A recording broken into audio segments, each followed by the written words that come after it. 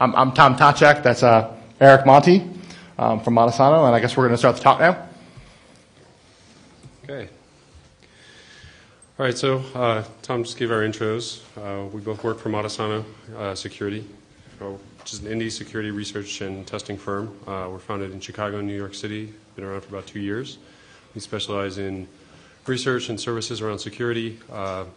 You guys probably know that some may know that Tom is kind of a specialist in speaking on the hardware virtualized rootkits, and these are some of the other things that we've also dealt with. Today we're here to talk about probably the second point here, agent and endpoint agent vulnerabilities and kind of security issues around them. Okay, so who hasn't heard of information leakage? This is obviously a huge problem. These are some statistics. You've probably seen plenty of others. It's hard not to pick up some of the tech rags nowadays, and every couple days, a couple times a week, you're going to be hearing stories like these. The statistic on here states, for instance, more than 150 million personal records leaked in incidents between 2005 and 2007 alone, and obviously it's just getting bigger and bigger. Just a couple weeks ago, you probably heard of the Certegy Check Services incident with an employee on site working in the IT infrastructure, making off with about 2.3 million records of customers and selling them on the information market. There's an example of your intentional data theft, which is probably sexier and more interesting sounding, but I think a much bigger problem too is just the general problem of unintentional leakage. You hear plenty of cases. My girlfriend, who's a teacher for the Chicago Public School System, recently found out a year ago that her name was on a laptop that was stolen from the premises. You've got plenty of cases where people lose USB disks. Nobody knows what happens to the data on them. Or this one, which has been talked about a lot on our blog and other places, with employees using newspapers and wrapping customer records around them or in them. It's just mind-boggling. Looking at the audience right here, I'm guessing that this particular slide you've seen, about 100 times before, and that this is motherhood and apple pie. And we're not putting it on the screen for you guys, so we can tell you that data loss is a huge problem for enterprises today. Clearly it is. Clearly you know about it, because clearly if you are like most of our clients on the enterprise side, your CFO, your risk officers, whoever, have approached you about the fact that they're concerned that they're going to wind up in the newspaper. The issue here is not the numbers. It's not the amount of information that's being lost. It's not the damage that's doing to people. The issue is that these losses are hitting the newspaper. And the people responsible for that are in C-level offices in these companies. We're here today to talk to you guys about extrusion prevention systems. We're going to talk a little bit more about what the talk is going to be about and what material we're going to cover. But I'm going to tell you that the reason I think this talk is relevant to you guys, or all of you, is that as people involved in security, particularly enterprise security, you're being confronted with solutions to this problem from vendors. And these vendors, uniquely among a lot of different other security companies, these vendors are apparently really good at selling to C-level executives the idea that they will keep them out of the newspaper. What we're perceiving from our clients is that enterprise security teams are, excuse the loaded term, having this technology foisted upon them. They're being asked to deploy in some way, shape, or form some sort of due care system to keep them out of the newspaper. And we're here to talk to you guys about what those systems are, what they look like, and what the implications to you guys are for having to support these systems on your network. We'll talk a little bit more about why we're the people who should be talking about that and what we've done and why you should take us seriously. This is going to be an interesting talk for us to give for reasons that will become clear in just a couple slides. But again, I would tell you that what we're trying to say with this slide is just that the real issue here is that extrusion prevention systems are a top 3 budget item for enterprise security teams today. And you're going to wind up deploying these systems. At least the odds favor that you're going to have to. And we have a lot of questions that we want you asking your vendors and a lot of things that we want you paying attention to when you deploy those systems. So as Tom mentioned, we've got the space of information leak prevention products which are now coming towards us in the enterprise, pitching their services, and their goal is to solve this problem or at least mitigate it for us severely. So what I guess I'd like to talk about here is that these are the things that ideally at a high level these products are trying to accomplish within the realm of extrusion detection. Obviously, they want to identify the sensitive data in your organization, whether it be customer records, financial information, your company secrets, and it even gets fuzzier into information that maybe is business inappropriate coming in and out of your enterprise. These are all things that they're trying to detect and potentially block. They do this obviously by sitting in the middle of your users and the outside world. That can be a pretty large space. We'll get more into where those boundaries are. So if you look at the functionality here, I think one of the things we want to draw out as a comparison is if you're familiar with IDS systems, the technology we're talking about here, very similar to intrusion detection. That's why we use the term, which I think Richard Baitlick invented. He's in the audience over there. Maybe he didn't invent it. All I know is that we're horribly abusing the term. But instead of detecting attacks coming into the network, you're attempting to detect your most sensitive information leaving the network. These are kind of the broad goals of extrusion detection systems. This is what the products are being deployed to do. And one of the interesting things about this is I think a lot of people have a lot of opinions about IDS systems, but one of the things that extrusion detection systems do a little bit differently than IDS is that they do a lot more forensics work than a normal IDS system does. On the network side of things, forensics and data capture and all that is kind of a separate area from intrusion detection and signature detection and finding individual attacks. But in the extrusion detection space, that functionality is combined in a way that it isn't on the other side. And that has some implications for how these systems work and how reliable they are. And it also has some implications for what the issues or the implications of deploying this technology on your network are. Okay, another point to take away from this too is that if you look at this list of requirements, Tom touched on forensic data, but we've seen a lot of this before. And again, there's a reason that this is parallel to the former definition of extrusion detection, in that these are all of these concepts are very closely tied to intrusion detection at their core. That was sort of the granddaddy of all of this stuff. So bear that in mind strongly as we're talking about this, because we'll touch on it a lot more.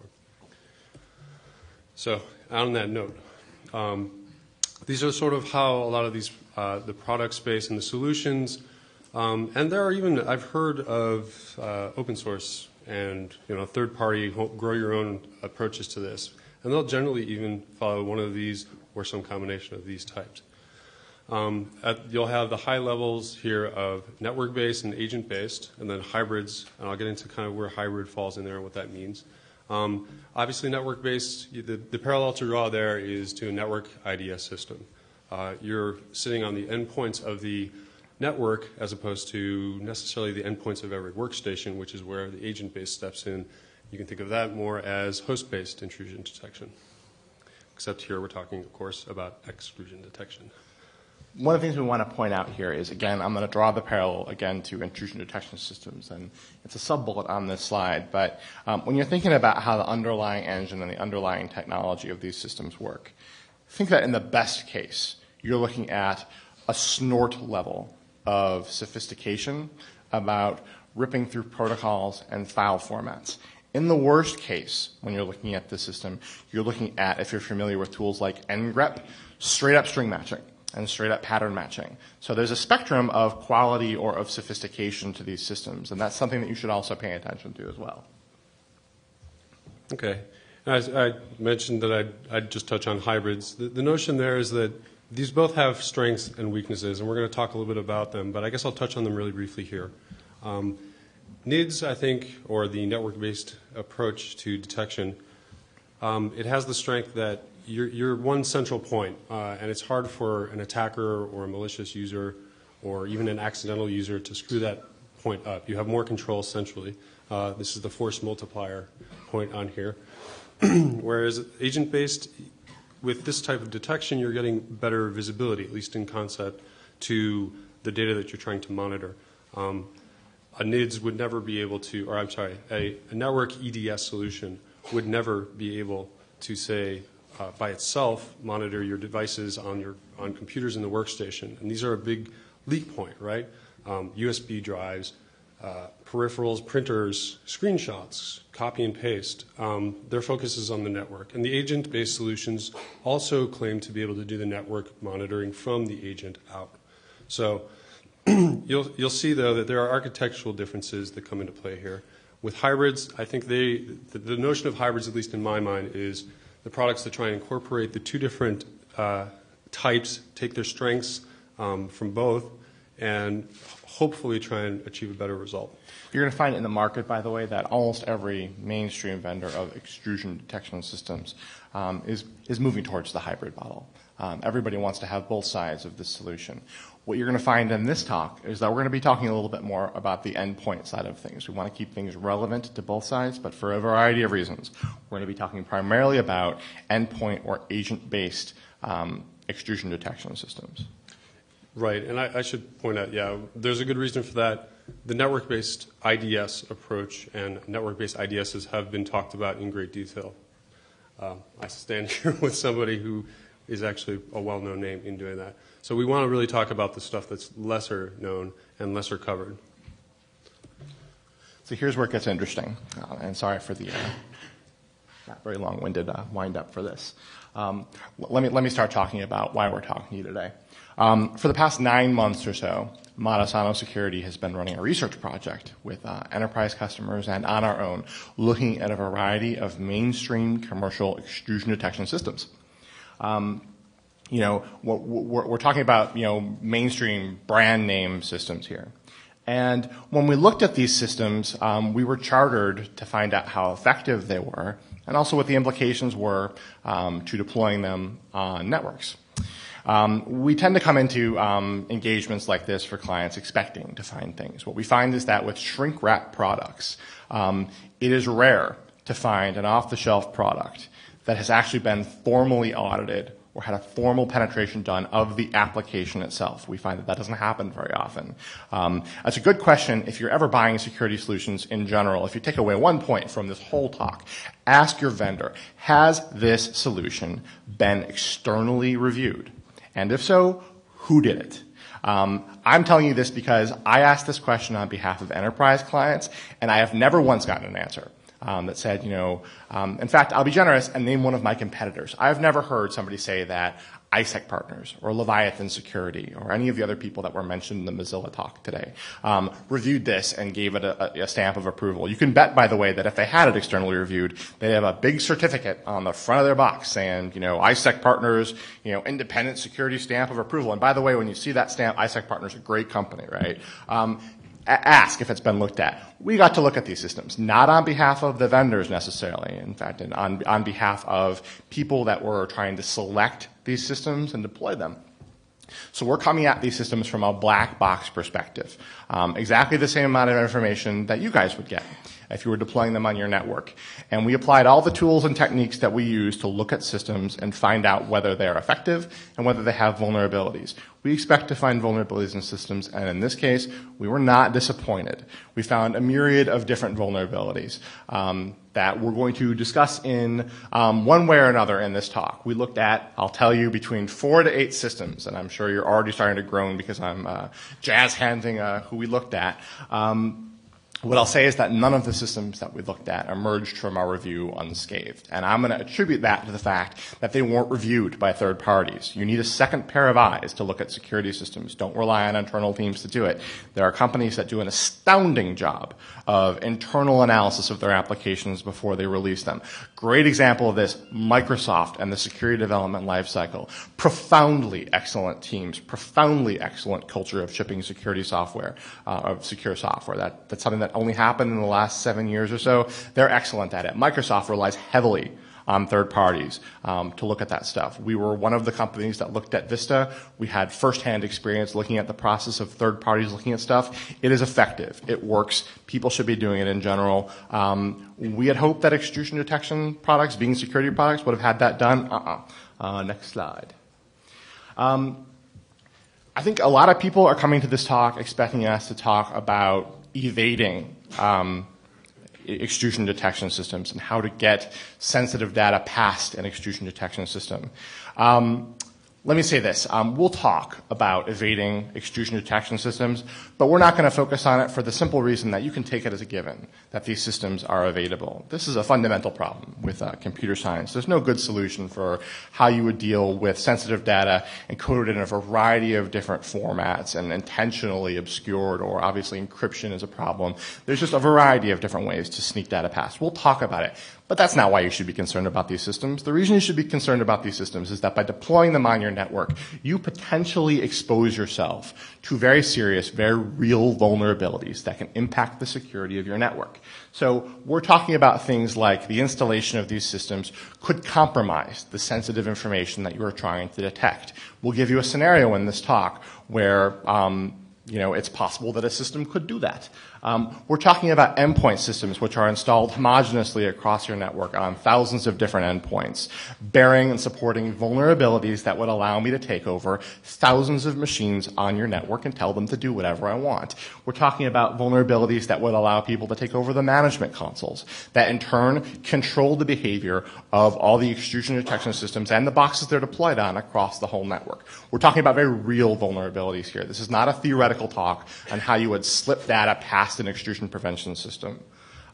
So we saw systems that were relatively impressive. Like we said, nothing got out unscathed. We saw some systems that had paid pretty close attention to these problems. We saw systems where the security of the deployment environment was clearly not a particularly important security goal.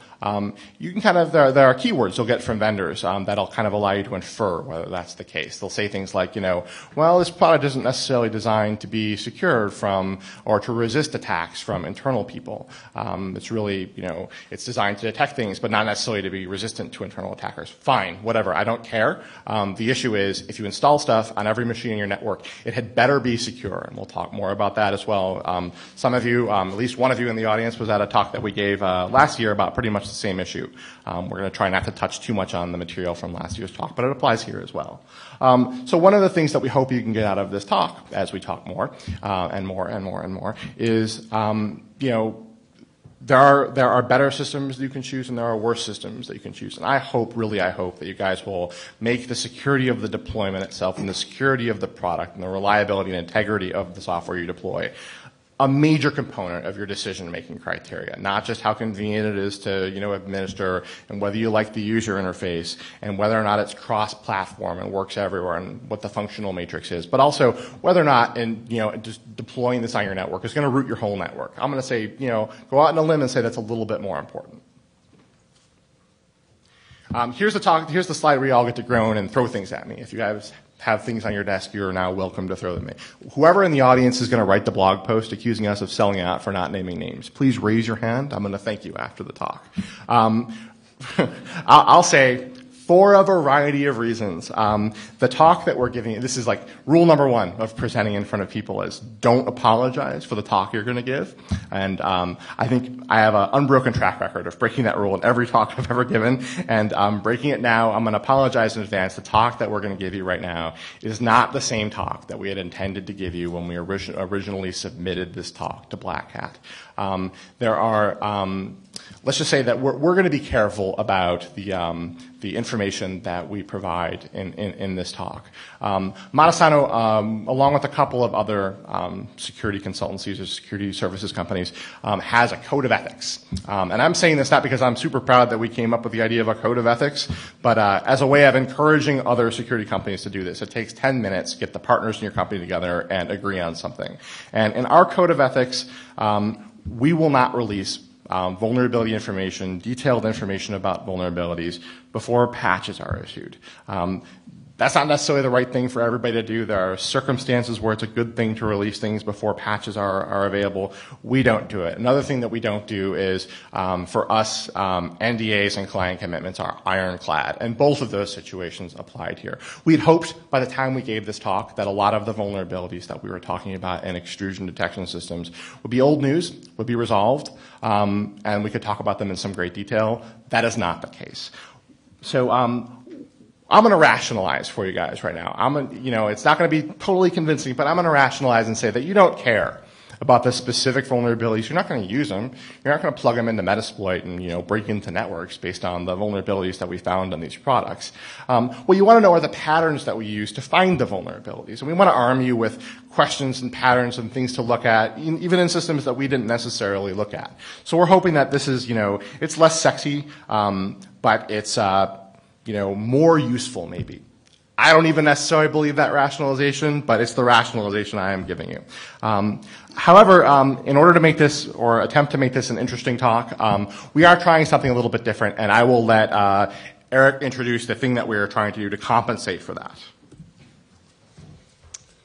I'd like to introduce PlugBoy. This is a cutting-edge, imaginary extrusion detection product from the minds at Monosono. Of course, this is an agent-based detection solution. Version 0.6.6.6. Did I give an extra 6 there? Yeah. Anyhow, I'd like to kind of elaborate a little bit on what Tom just talked about too. That yes, there's going to be stuff in this talk that may seem like it's really fake. Obviously, this is a little fake looking. But I think what we're trying to do here is give you the framework in which to take away from this talk some ideas, some methodologies, and like Tom said, what to look for and what not to look for in the products. Do you want to add anything else here? The idea for this comes from, obviously some of you guys in the audience will be web app pen testers. The idea for this is from WebGoat, which is the OWASP punching bag application, which they use to demonstrate all the vulnerabilities. We didn't have time to actually implement the WebGoat of extrusion detection systems. I'll also say that at this point in history, the WebGoat of intrusion or of extrusion detection systems is almost any extrusion detection system that you would buy. So the idea here is, an artificial system that would allow us to kind of elaborate on the specific details. And since we've been talking for like 20 minutes now in intro, I'm sure you guys are aching to get to actual technical detail. I know I would at this point, so we'll get into it. So we're going to start by kind of describing to you guys what, I can't even say the word PlugBoy without laughing, but we're going to start by explaining to you, or Eric's going to give you a guided tour of the architecture of the PlugBoy extrusion detection system. Okay, so yeah, enough apologies. Let's get on to the good stuff. Okay, so this is more or less what our PlugBoy architecture looks like. And I want to just to take the step back and remind everybody that we're talking about the hypothetical here. There's a good reason for this design. It's meant to be kind of general, and you're likely to see that these sorts of architectural components are pretty common amongst agent-based extrusion detection systems, and it even, in a lot of cases, applies pretty closely, except for a couple of boxes, maybe, to your average agent-based security product or agent-based product at all in the network. So obviously you have your server and your agent. In this case, we've got bidirectional stuff going on from the server to the agent, agent to server. That's important to bear in mind that in most cases, well, it's hard to say in most cases. You can go one of two ways with an agent-based solution. It can be server-initiated to the client for the monitoring, or agent to server. PlugBoy is agent to server. The components on the agent we're going to get into a little bit more, so I'm just going to go cover the server a little bit more here because we're probably going to come back to it a little bit more later. So you'll have your pretty standard components like the administration console, detection policies, which are the configurations basically for extrusion, report databases, which is where your alerts and extrusion events occur or are recorded. And as Tom mentioned, as we touched on it earlier, the unique aspect to extrusion detection, I think somewhat unique at least, is the forensics store. And we'll be talking a little bit about definitions of forensics and so on. And then, of course, I'll go through the agent as well here. The flow here is important to bear in mind, and we're going to be following the same flow as we talk about these pieces. The first piece is your data intercept engine. That's kind of a fancy word for the monitoring piece of this product. The thing that sits there, well, actually, no, intercept is a better word. This is sitting there at the endpoints of I/O on the agent, your network cards, your USB drivers. It could even be in the applications. But the commonality here is that this is the piece that intercepts and grabs data so that it can be inspected for extrusion events. The piece that actually does the detection is your detection engine. We'll be talking pretty detailed about what kind of technologies that go on there, though, so I'm just going to keep on going. Then, if something is flagged as a extrusion event, it'll get passed to the reporting agent, which in turn passes it to the server. So we'll be talking about these pieces. And the other piece there, too, that's very important, obviously, is the forensic data. And like I said, we'll be talking about that. Just bear in mind that forensic data originates on the agent, so it's pretty unique from a security standpoint. You'll see why. You probably can already imagine some ways, but we'll be talking more about that. So when you're looking at this diagram, and I apologize for the people in the back, it's hard to read. But when you look at the diagram, this is just a basic methodology thing. When you're looking at a brand new application, try and figure out the subsystems that are involved, how they communicate, and how they interact with each other, how they couple to each other. What you have here is basically a breakdown that you can look at and start asking questions about the individual components and do a pen and paper application penetration test of the system. Just coming up with questions to ask your vendor about, how does the reported events that come from the agents, how do they make it to the server, and how does that channel actually work? How do you actually intercept information? How do you know if somebody put a credit card number into a Word document or whatever? So we want to make sure you understand that our approach to this was to break it down into its subsystem level components. And these are the ones that were general to all of the systems that, all of the agent-based systems that we looked at here. And then, like we said, the talk is going to basically follow these components as we kind of look at each one of them in detail and tell you what can go wrong with them and what you should be asking about them. Right. One more thing about the generalities. I want to also emphasize that what we have here is broken out for Plugboy. In this form of breakout. These pieces may be incorporated in different ways, but they will always be there, so just bear them in mind. Okay, so the Plugboy agent, as I said, I was going to get into. And we're going to be talking about these architectural components in the context of Plugboy, and then talk about the vulnerabilities that we can expose in Plugboy. And we're going to be talking about the context of how that can be applied into methodologies. So Plugboy is installed everywhere in the enterprise on every workstation. So by everywhere, I mean it has to be installed on everyone's workstation. It's another tray icon background service. It can be a number of different implementations. For the purposes of Plugboy, this is a tray icon and a background service. So, and there's probably a little, was there a kernel component? Okay, there's a kernel component too. What it's doing, as I think I touched on a little bit, was data interception. It's covering all of the bases that we just talked about, so I'm not going to repeat them. And of course, it's also doing the forensic interception, which we'll get into more as well, as I said. So here's the point at which people that saw my last talk can go to sleep for a couple of minutes.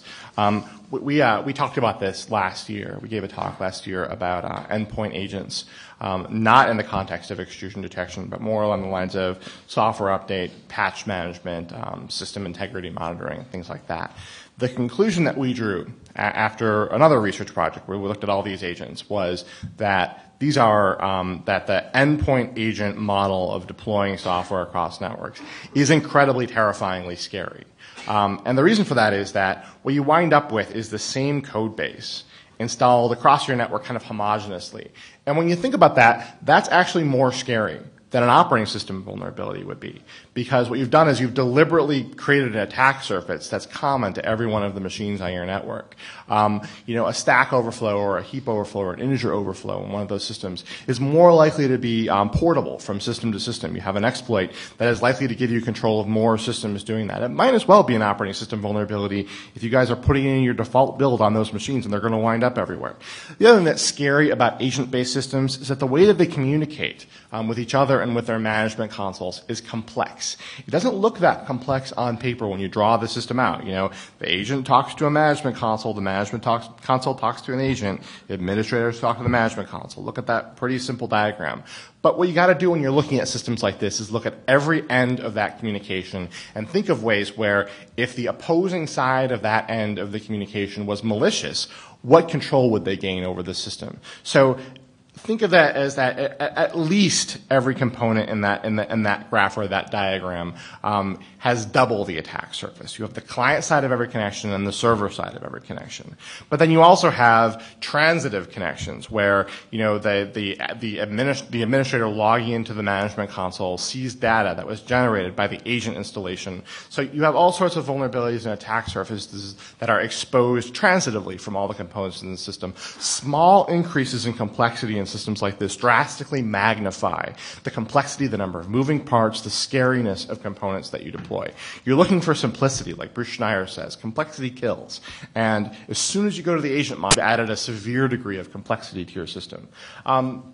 So the other thing to keep in mind about endpoint agents, particularly extrusion detection ones, is that the functionality that you're exposing is sensitive. And particularly for extrusion detection systems, there are endpoint agents that you can deploy that don't do much and aren't that scary because really they're normal unprivileged applications.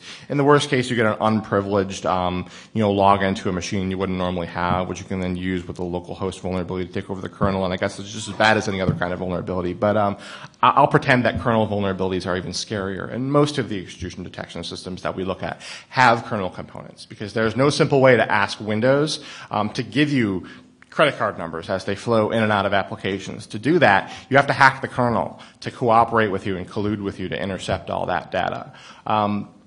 And there's the obvious problem with kernel vulnerabilities, if you've spent any time at Black Hat, is that it's game over. It's the end of the whole system. There's no protection past that. So kernel vulnerabilities are themselves quite scary.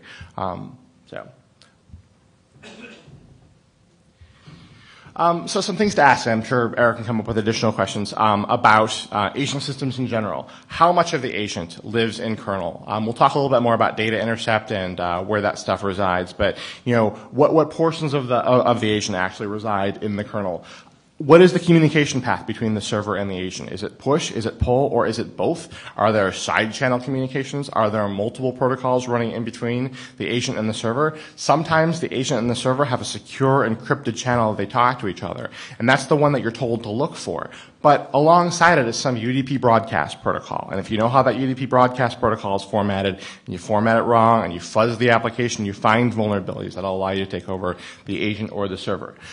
We have found systems where the server has the ability to update the agents dynamically. The ability to update the agent dynamically is the same as the ability to run code on the remote system. You've installed SSH without the encryption on the remote system when that functionality is there. Great question to ask any vendor who wants to install software on your systems is, does it have remote software update capability? It shouldn't. And do the agents broadcast their presence? How easy is it to find the agents on the network? Is it trivial to scan for? Are they residing on known ports where it's harder to look for them? Are they running on port 80? Do they send periodic broadcast packets that'll let me collect the identities of everybody in the system? Yeah, I think you covered a lot of it. The thing is, to bear in mind with the agents, Tom talked a little bit about the protocols that may not be readily obvious. Obviously, we talked about the reporting protocol, but there are other protocols, these things that are going across the wire. UDP was one example. For one thing, there are the attack surface that those open, but also you want to be watching that traffic to see how well, what it contains. There may be information in there that might be leaked. Bear in mind, this whole system deals with sensitive information, and we're going to be talking a little bit about the implications of that too, but on the network, that's an important factor too. So just bear in mind that even sometimes the metadata can be sensitive, and it's something you have to be cognizant of. So while you're looking at the whole architecture, bear those things in mind. Make sure you look at that. Anything else? Okay.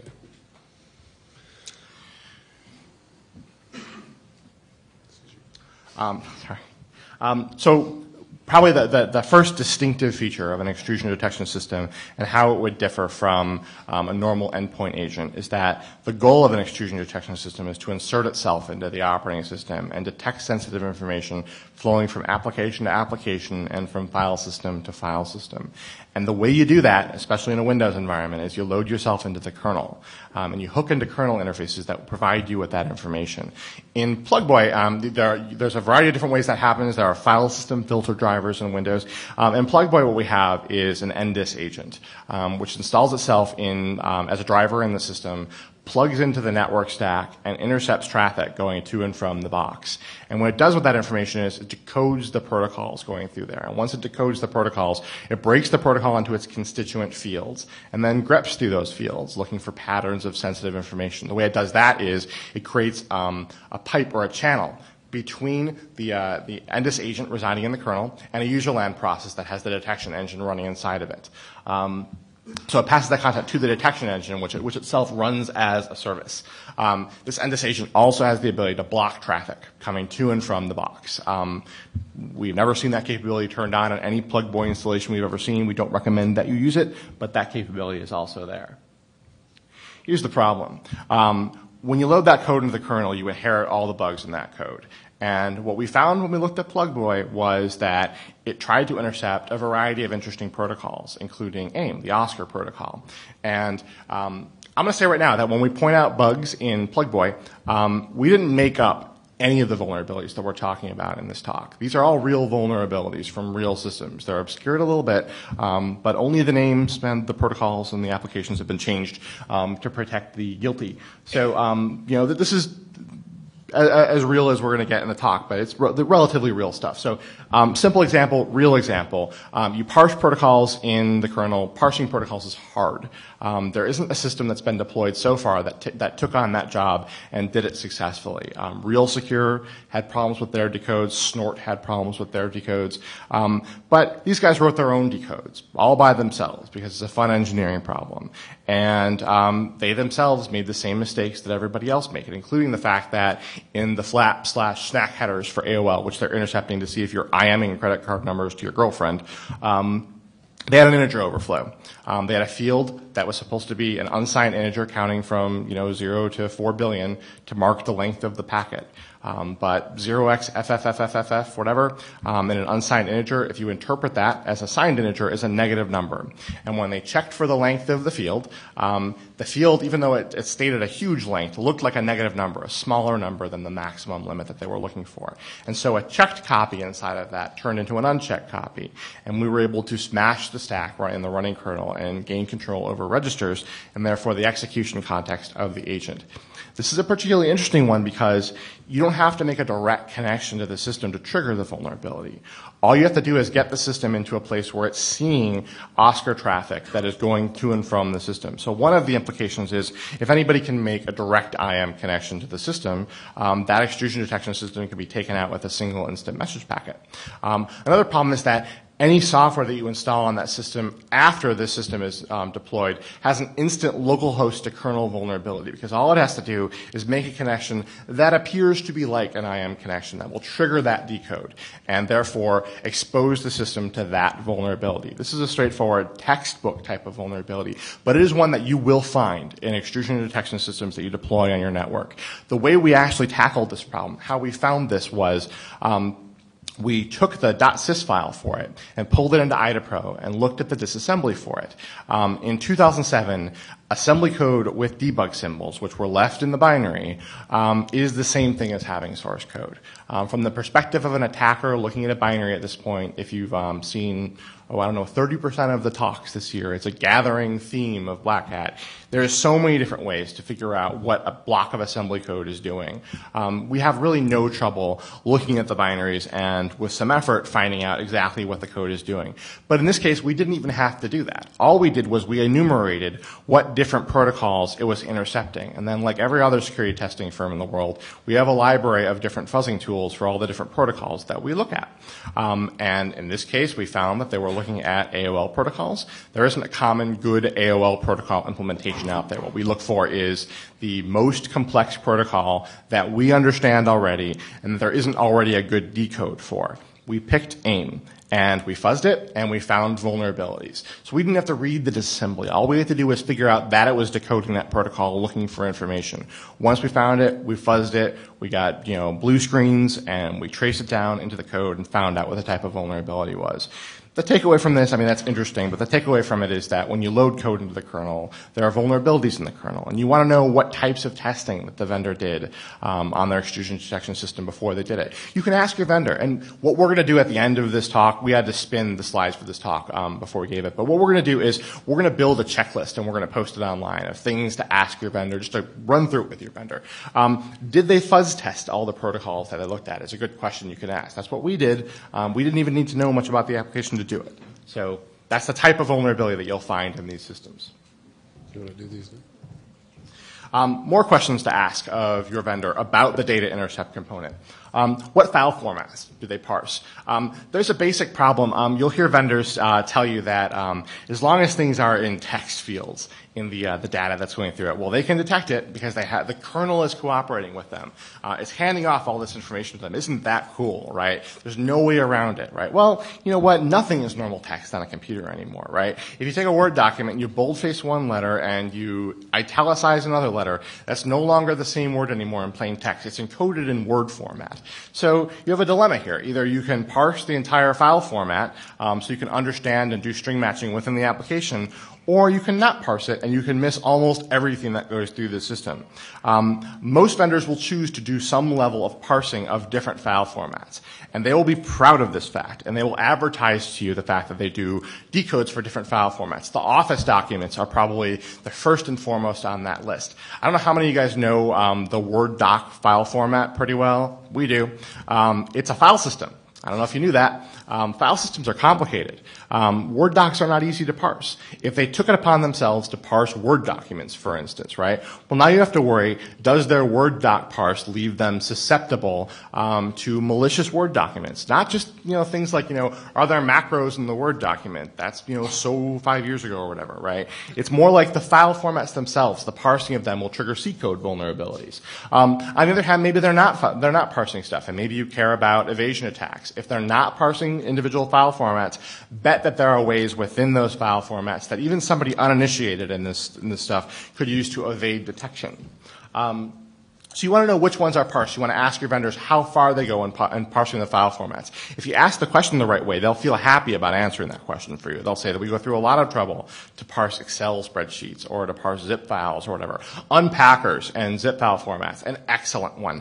One thing you should ask your vendors is if they handle zip files, what version of the archiver they use. We find this in whenever we have a pen test on an application and we're looking at an application and we don't find anything, which we just hate. It's not a successful engagement unless we find something horrible. I always go and I remember to go look at the version strings for the zip code. And you always find that they're running something like 10 versions back, which has overflows in it, or a classic oldie but goodie and still appears in modern extrusion detection systems today is the zip file unpacker that will honor .. /.. and a zip file as they unpack it and allow you to overwrite any file in the system. Those types of vulnerabilities exist. I am particularly leery of unpackers and things like that. Almost every extrusion detection system will handle unpacking archival formats so they can look at what's inside of them.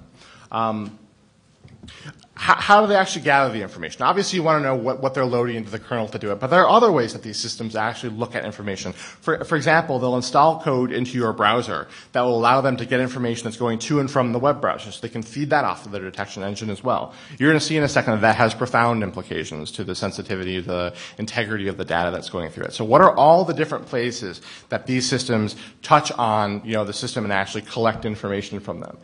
Do they intercept network traffic? You care about whether things intercept network traffic, not just because you're worried about the sensitivity of your network traffic, but also the fact that when you intercept network traffic, you put attackers in a better position to get at the attack surface of the product. They can send different types of packets. They can get your machine to answer certain types of connections. They can bounce FTP data channel connections and spoof them to look like actual applications. It's easy to trick protocol decodes into thinking that a certain protocol is running over a port when it's not really that protocol at all. And it's really easy to fuzz those protocols and find vulnerabilities. Anytime you intercept network traffic and look at it, you have to be really, really careful with that decoding code.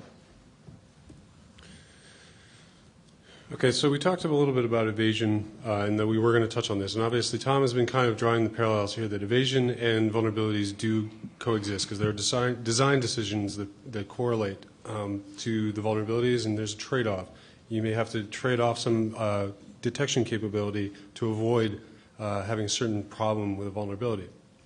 So these are the types of things, and be cognizant of that balance because it's one that you'll often be able to exploit some way, either by getting some evasion in or through a vulnerability.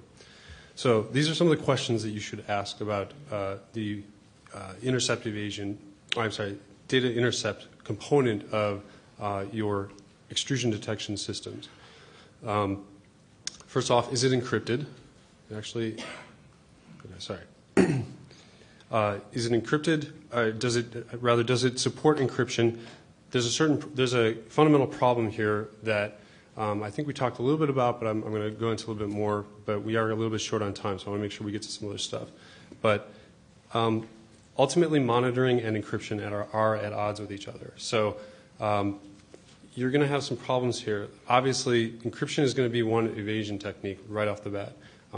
So what we've actually seen some DLP products get into is basically banging heads with encryption. There's a couple ways that you can approach this. Either they have to be aware of your keys, when you can think of, like, for instance, IDS systems or inline IDS products. Certain ones will actually expect to be able to read your SSL, issue fake certs, and have you honor them. This type of thing may surface in extrusion detection as well. So just be aware of that. In some cases, you have this fundamental problem, so it's a trade-off. Which is more important to you, detection or the security of your data? It's obviously not that simple of a trade-off, but it's something you're going to have to be cognizant of if you're actually deploying these. You know, for a couple of years before I founded Matasano, with somewhere in the audience is Dave Goldsmith and somewhere else is Jeremy Rush. Before I founded Matasano, I had the honor of being a product marketing person for a security company for a couple of years.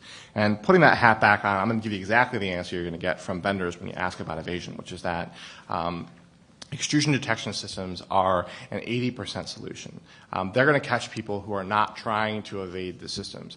And on this one point, with my evil marketing hat on, with its tendrils into my brain and all that, and I'm reverting back to my previous sense, they're correct. That's actually true. These systems will detect people. That's a problem for you guys because you're going to have to deploy them because they work. They will catch stupid people. Be aware of the fact that anybody with any computer sense whatsoever will easily come up with ways to encode data so that when they transfer it to a USB drive, no matter how sophisticated the system claims to be, it's not going to detect it. They're evadable, right? But most people aren't trying to evade these systems. So in that sense, they work. And I flagged that as a danger sign for you because they're so easy to demo. They rack up success stories for people. I'm not talking to you guys today about evading these systems. I'm talking to you today about not getting your whole network taken over by these systems just by deploying them. So you can see up on the screen, we have actually some very simple attacks that you may want to try because they're likely to work. And particularly, you take several of these approaches and nest them and see what happens. There's a good chance that the detection engine will fall down, or the data intercept engine will fall down and never pass this on to the detection engine. So just bear that in mind. The other thing I think I want to say to this is that we'll be getting into it some more, so I don't want to spend too much more time on this. Okay, so I just mentioned the detection engine. We've kind of stepped into that phase now where the data intercept engine is passing data on to the detection engine. And just bear this in mind, that it comes from the data intercept engine. If it never made it past the data intercept engine, it will never make it to the detection engine. So you're following the attack structure, assuming that the data intercept engine is catching your information. This is going through here, and you're going to want to bear that in mind for attack surface as well. Okay, so the way that Plugboy does its detection engine is it scans data against known regex patterns for sensitive data. This is pretty common with a lot of security products. I'm a big fan of regular expressions. It's a great thing. And really, there's only so many ways that you can do customizable pattern matching, and regex is one of them. So for those who aren't familiar with regular expressions, there's an example here. This is kind of I'm sorry, I don't have a pointer, but you'll see a chunk of code there under examples of an SSN. That's how you could express a pattern for a social security number, and this particular pattern has options that allow you. It's a little bit more general, so it will actually match different formats. Thank you. So I'm not going to go into a whole regex explanation, but definitely become familiar with it because these are the types of products that are going to be relying on these heavily. And you see these a lot with host-based and network-based IDS systems. Snort is entirely regex-based. So are a lot of commercial products. And one of the things on the end of that slide to bear in mind with is that, like we said before, these systems combine a lot of forensic functionality along with the alerts that they generate. And the problem here is that when you're looking for general regexes across all the stuff going through your computer, you come up with a bazillion false positives. So actually going through these systems and making sense of the alerts has a lot to do with looking at the context that they were generated in. So these systems go through some effort to build up forensic information to go along with that so you can kind of deal with the false positive problem and kind of sort the wheat from the chaff. Okay, so in the design that we just exposed, and it was not too specific but fairly specific, these are some of the vulnerabilities right off the bat, and these have to do with evasion primarily. The one thing about the detection engine, I talked about attack surface, is that really the detection engine, at least from what we've seen, is not going to be the likely place for vulnerabilities. The stuff that Tom talked about in the data intercept engine is going to be much more interesting from an attacker's perspective. Although that's not to say you should be ignoring the detection engine altogether. There have been problems with regex engines in terms of how they're implemented. In fact, mastering regular expressions is Reddit. He even talks some really interesting details about how the engine works and things to watch out with for buffers. People are constantly coming up with new variations on those. Not the attacks, but the new variations on the product, on regular expressions. Okay, so the takeaway from this slide is really evasion is trivial. We talked a little bit about file or the I/O-based evasion that you can perform, but assuming that you can't get past that or you don't want to for some reason, there's plenty of things you can do with the actual text. At this point, what's been passed to the data intercept, from the data intercept to the detection engine, is basically the text or the stuff that you're going to try and match against. So now you're fighting against regular expressions. And really, regular expressions are useful, but they're really hard to be 100%. It's really hard to make them 100% secure from a detection standpoint. There are going to be very simple things you can do, and I really want to just highlight one of them. We talked a little bit about encryption. That's obviously going to defeat it if it doesn't know the keys. Weird formats, again, will defeat it.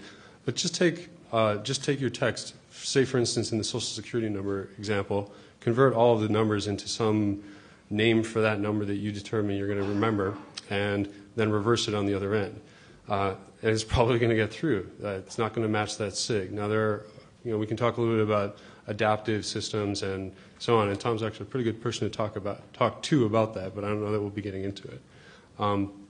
So really the thing I guess the takeaway from this really is, like an IDS, well, extrusion is a lot like an IDS in a lot of ways, except for one primary feature in the detection aspect. With an IDS, when you're trying to defeat detection, you have to conform to all kinds of rules on the target that you're trying to reach. With extrusion detection, you are the target. You make all the rules, and the job of the extrusion detection engine, which it really is going to have a very hard time keeping up with, is to learn what your rules are. So just bear that in mind. I love that way of summing this up, guys. I gotta stop saying that word.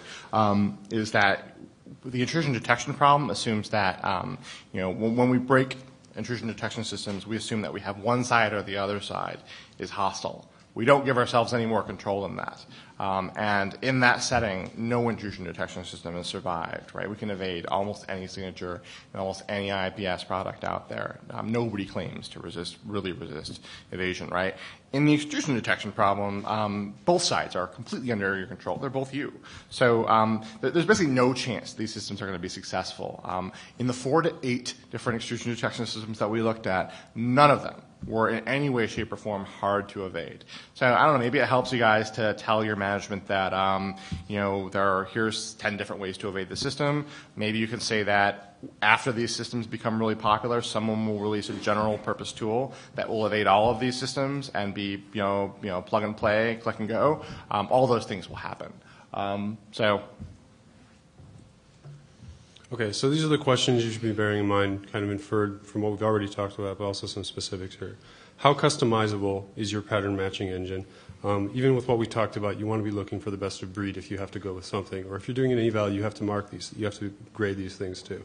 So can you at least see the rules under the hood? There are some products that won't even let you do that. It may not be regex. It might actually be hard-coded signatures. So just bear these things in mind. You want customizability because if it's easy to defeat a regex, it's going to be even easier to defeat something that's much more static than that. The SSN example was actually somewhat adaptive. So that's a good example of why you want the customizability for these sorts of things.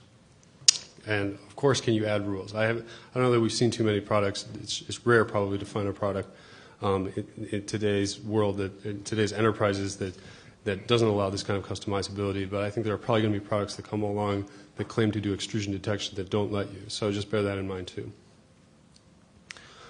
Excuse me.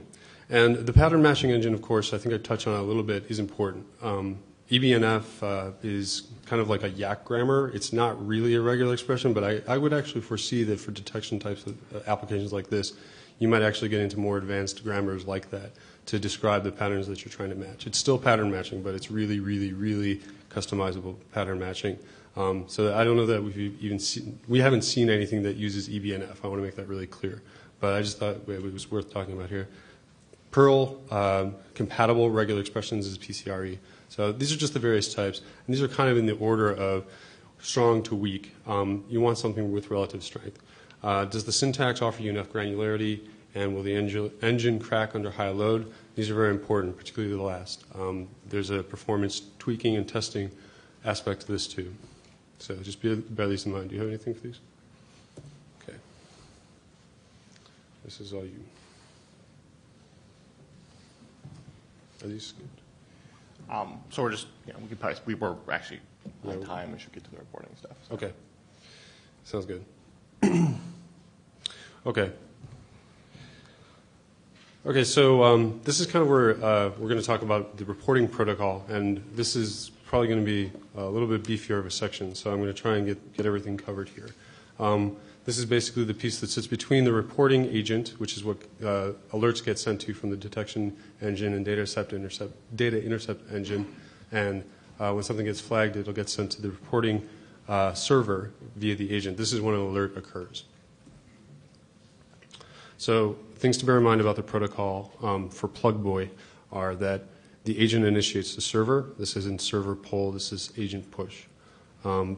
The protocol uses proprietary message protocols, and this is pretty common with a lot of commercial software. Some of them you'll see combinations of leveraging well-known standard protocols or techniques along with their own customized message protocols. We tend to find that, well, in the case of Plugboy, we'll see that it starts to look fairly standard until you get to the real juice of the protocol.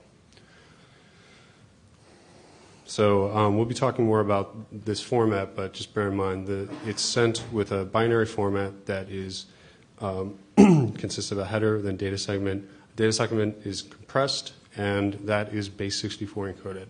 One could say that this was being done just for transportation purposes, but sometimes the products may be using this as a form of obfuscation. So bear that in mind that there's a conception amongst a lot of commercial software that if you obfuscate your protocol so that it doesn't look recognizable, it will be safe from attack for at least some period of time. The fact that the reporting channel is not authenticated, I don't know, it might not sound surprising just because you assume that the vendors are negligent about things like that. But it's a hard problem to actually handle authentication in this environment. As soon as you install something on 1,000 different machines, what are you going to do? Have 1,000 different, public key pairs between those two machines to actually authenticate the channels? No, you're not. You're going to come up with something much simpler than that, if anything at all. The goal of these systems is to get reports from these end systems when things are detected as quickly as possible. That's the goal that they try to solve. Anything they do to authenticate the system might actually hurt the amount of alerts that they get into the system. So don't be surprised to find out that the authentication on the system, especially the verification that the client that is talking to the agent is who he says he is, don't be surprised to find out that that stuff is exceedingly weak.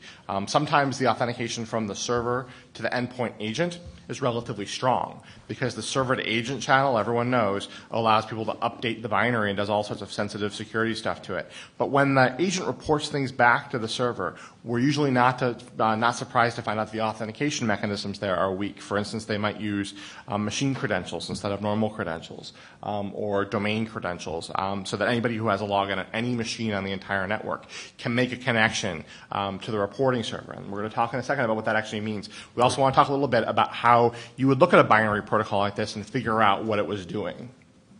Okay. So yeah, just to reiterate too, there are reasons for why we didn't incorporate authentication into the Plugboy protocol, and Tom just touched on them, is that what are you going to key authentication off of?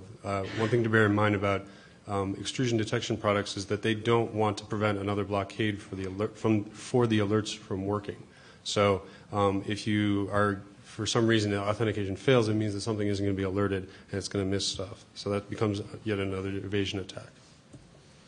Okay, so we're going to talk about protocol reversing, and this is maybe something that can be taken away from this. This is a very useful approach for when you're dealing with proprietary products of any kind, and a lot of the extrusion detection products out there or the ones you're likely to run across, are going to probably incorporate some kind of proprietary protocol. It may be just in the reporting protocol, it may be elsewhere. So these concepts may apply elsewhere. We're going to be talking about reversing the Plugboy reporting protocol in particular, but the concepts here can be used elsewhere. By the way, let me ask right now real quickly, just because I want to make sure everyone knows about PEDRAM. How many of you guys in the audience know about PyMay or about PEDRAM Amini? Very few. This is excellent, so I get to explain this and take credit from him or whatever. So one of the tools that we use for these types of engagements to learn how proprietary protocols work is a tool designed by a guy who's giving a talk against us right now. You should be at his talk because he's cooler than we are. A guy named PEDRAM Amini, who wrote a Python debugging toolkit called PyMay, which is named after the old wizened martial arts master in Kill Bill. What it does is basically it takes an IDAPRO disassembly, which you can get from any binary, from any program instantly. You just pull it into IDAPRO, you get the disassembly out, looks at the disassembly, and breaks it into tiny little chunks of code called basic blocks. PyMay reads the basic blocks into a database and then attaches itself to a running service on a box, say the service or the client, either side of it, right? That attaches itself to a running Windows process. And it installs breakpoints at every single one of those basic blocks. So at tens of thousands of locations inside of the binary now, there's a breakpoint installed that halts the program when it hits that breakpoint. Now, the clever trick that PEDRAM came up with is that when that breakpoint gets hit, all that happens is that PyMay records the breakpoint got hit, and then it removes the breakpoint so it never hits again. So what you wind up getting is a trace of all the basic blocks that are running in the program. Now, that's cool in and of itself, but what PyMay does and what we use to do protocol reversing is you can get a baseline reading of a program as it's running and see what code is running in the background all the time, kind of the ambient load of the program. And then you can run network packets against it again and see what differs, what changes every time you try a different type of packet. You can brute force a protocol doing that. It's a binary protocol. You have no idea how it works. You randomly change bytes, and you see if the PyMay trace differs each time. That's a feature of PyMay as you do that. And what will happen is that the binary, as it runs through the program, without me doing any binary analysis whatsoever, will betray what the important fields are and what it's doing. And we can use that to find out where the important fields are and what to change and how to play with the protocol. So this is an example of the type of weaponry we have to get through proprietary protocols. So if a vendor ever tells you that proprietary protocol is a stumbling block for us to actually analyze the protocol, ignore that. That's irrelevant, completely irrelevant. Proprietary protocols are fun. We like dealing with them. They're not a real challenge. Okay, so there's one last piece on there. So not everybody may be familiar with our plug there, which is our own. We use a tool that we developed called Blackbag. It's available for download on our site. That's the only plug I'm going to give to it. But I just want to explain what it does so if it's not completely clear. It's kind of like a Netcat on steroids. And there are other programs out there like that claim the same thing. I'm not going to say this is better or worse, but it's definitely a useful tool. I've grown quite fond of it. It's worth checking out. So just if you're not familiar with what Blackbag does, think of that piece as like a Netcat or a SOCAT. Okay, so Tom talked about the program analysis sides, and I want to make a point that what I'm going to talk about here are the protocol decoding attacks, or not attacks, but the process of decoding and understanding an unknown protocol. It's really difficult to get a really good picture of how something works just by doing one or the other. And I think in order to be able to do what Tom's talking about, you have to be doing some of this first, but to make it valuable. And we'll talk about some of the things that are valuable inherently about doing this for Plugboy, but for the protocol reversing concept to make it useful and valuable.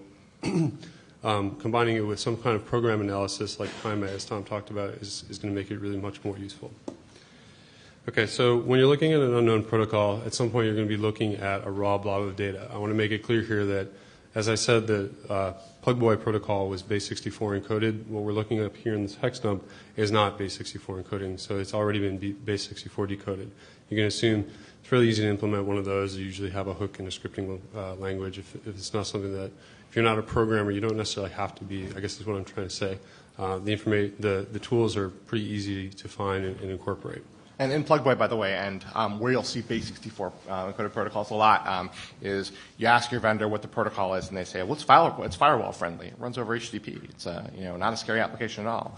And you look at the requests it's doing in there, like in Plugboy, HTTP post requests. And the payload of those post requests is a base64 encoded message. You can tell it's just a jumble of letters and numbers and stuff, right? Bet on it that when you see one of those messages going back and forth between a protocol, what that is, it's a proprietary, scary binary protocol being tunneled over HTTP. It adds no security to the fact that that's actually running over HTTP. It's just as scary to your firewall and to the security of your network as if it was just running natively on the network. So you'll see base64 encoded binary protocols all over the place. We love it when we see these things, right? Because chances are we're the first people outside of the company to ever have looked at that protocol.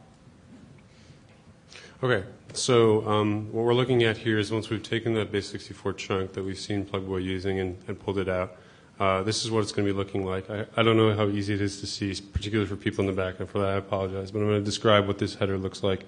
And this slide, if you're particularly interested in this fake protocol that we've created, it'll be in the slides available off the website after Black Hat, possibly at the end of the day today. So, but basically, these are some common things to look for too. I'm going to talk about that a little bit because you're going to be looking for the common things to find in any kind of protocol, let alone a proprietary one. You tend to see some commonalities between a lot of different approaches. So it's really common that the first line or so of your hex dump, the first X bytes of your message packet are going to be some kind of a header, and this just has to do with the way that things are deserialized by programs. So just bear that in mind. If you're a programmer, I don't need to tell you these things, but if you've never really looked at this sort of stuff, that's a good tip to bear in mind. You can tell if something's a message type, for instance, because it'll repeat from message to message. You always see the 00000002 every message. Well, that's probably a message type, right? You can tell a sequence number because the increments, because they're sequence numbers, right? You can sometimes pick out version numbers. They're really clear. Data lengths, you can automatically pick out data length fields just by matching every offset. To see whether it frames properly. So a lot of these protocol features are pretty straightforward to pick out, and as soon as you pick them out, what you do is you write a fuzzing toolkit. I think one of the things that we want to point out here, though, is that if we look at this data here, it looks all jumbly, right? It looks like there's really not a whole lot of structure in it. There's a formal measure of how jumbly a piece of data is. It's a new term I've invented, it's the jumbliness. But the real term of it is entropy. And there are a variety of tools. If you Google for ent, there's a really good one that you can just pipe data through a shell script, and it'll give you a measure of how random the data is, which we did here in this case, right? And this is highly random data. A good, signifier that data might be encrypted, which we think would be a good thing in this case, right? You probably should encrypt the data for the reports that you're sending back to the server because what you're reporting on is, pretty sensitive stuff. So we look at it, we say, well, is this encrypted? How will we know? Well, we have a number of other things to test before we decide to give up because it's, a custom keyed encrypted, protocol. Okay, right. It's very hard to see in here, and we had colorized these, and I apologize if they're not colorized anymore on the text, but if you can make it out, this is broken into a ping segment, which is the message header. That would be like the first line of this hex dump. And if you can't read it from back there, you'll see at the beginning of that it has pboy as a message name. That may seem really like, that's convenient, but actually you'll see a lot of times some kind of a token message at the beginning of your protocol, and that can actually help you get some more information if you're completely reversing it in the black. Then there are several binary values, one of which, as Tom talked about, is the data length of that segment. And you can tell it's a data length because it happens to match the size of the rest of the packet. So maybe obvious stuff, but sometimes it can be hard when you're looking at this chunk of data to make that out.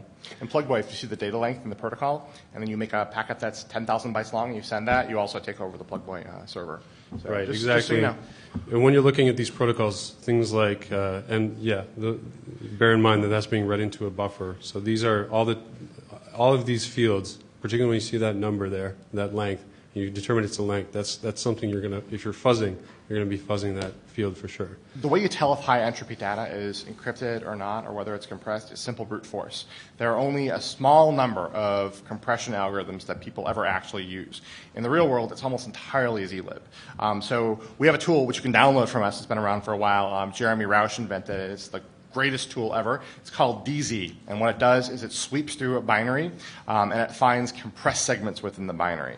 And if you run DZ on the Plugboy protocol, what you find is that there is a zlib compressed segment inside of it, that high entropy data is not encrypted, but is in fact simply compressed. You wouldn't know it to look at it, right? The vendor could tell you that field was encrypted, and you probably wouldn't have a good idea whether it was or it wasn't. But when you actually look at the protocol under the hood, you find out that it's compressed. Another way you can do that is to disassemble the binary and look for calls to the crypto APIs. We didn't find those because it's not in fact encrypted. It's simply compressed.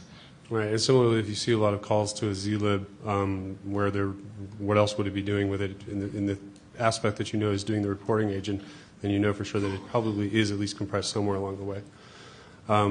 So Tom mentioned that you can use an automated tool to catch compression, but I wanted to point out too, again, it's hard to see, but the way that DZ works is it looks for these signatures that give away compression, basically the compression formats.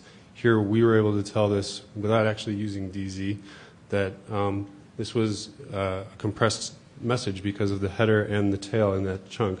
The head is pretty standard to zlib compression, and then the end, which is usually used for zlib, is an Adler 32 checksum. And they just happen to look like it. So we went ahead and gave it a try without even, I think we didn't have DZ at our disposal at the time, but we used just some quick Ruby to prove that, to see whether it worked or not. And we were successful. So this is what we got out of our extracted protocol. So we talked a little bit about how to break up those messages. I'm going to talk a little bit more because I think we slid by it a little bit too much. But I want to talk too about what this gives us. We've got this protocol pretty much understood at this point. All right, we haven't understood it yet because we don't know what the message fields are, but we're looking at what we need to mess with. And that's an important accomplishment right there. If you can do this and if you can tell that to your vendor, that right there is a concern because I can guarantee you that the reporting protocol is a key factor of extrusion detection. And if you're able to see what it looks like this easily, and for that matter probably send it back to the server, because bear in mind we talked about why authentication isn't necessarily going to be a viable option for extrusion detection, you've pretty much got something on your hands right here. And this is definitely an avenue worth approaching. So the protocol here, we weren't able to break this up as much as I would have liked to, but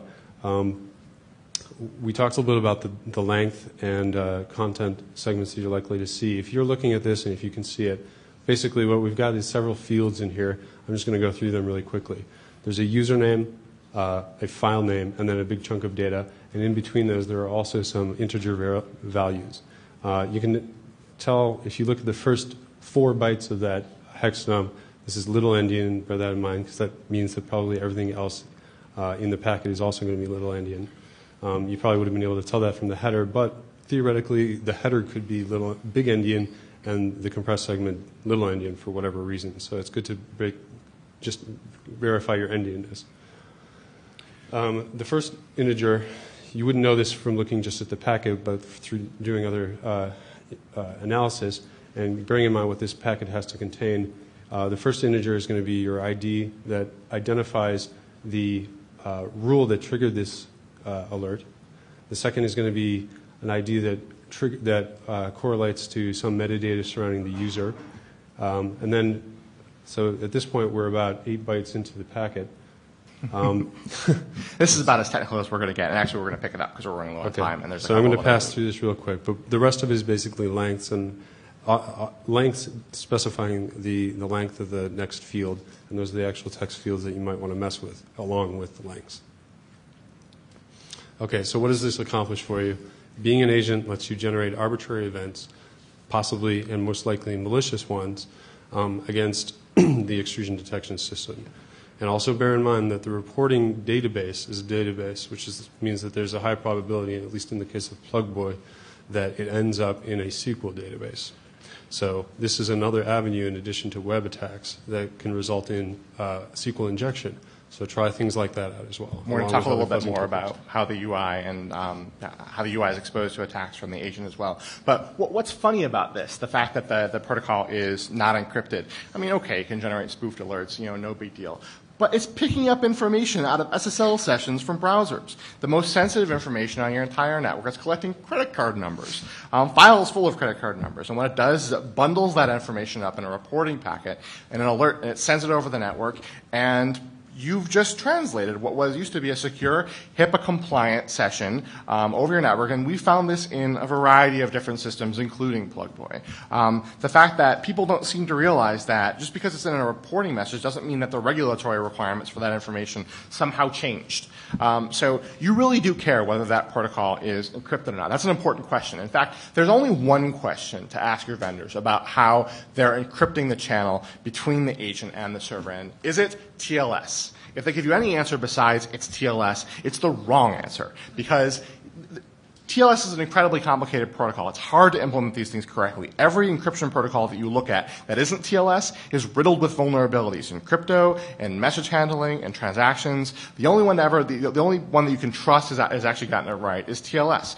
Windows comes with built-in TLS. They should be using it. They should be using client certificates and server certificates on both ends. You want to mandate that whatever extrusion detection product you deploy on your network is TLS or SSL secured, so that you know that the most sensitive place that they collect information from, that the channel that they use to report that information is at least that secure. And then we're going to keep moving at a pretty rapid clip through the rest of these slides now.